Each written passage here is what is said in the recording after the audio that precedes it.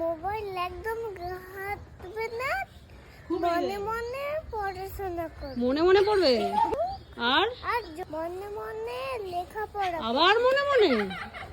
তুই কি মনে মনে লেখাপড়া করবি? বলো। পড়াশোনায় মন দিয়ে লেখাপড়া। হ্যাঁ, মন দিয়ে পড়াশোনা করতে হয়। বলো। মন দিয়ে পড়াশোনা করতে হয়। আর তুই কি চাস ঠাকুরের থেকে বল? আমি কিছু চাই না, ব্যাস। ব্যাস, পড়াশোনা করবি না, ছেড়ে দিবি?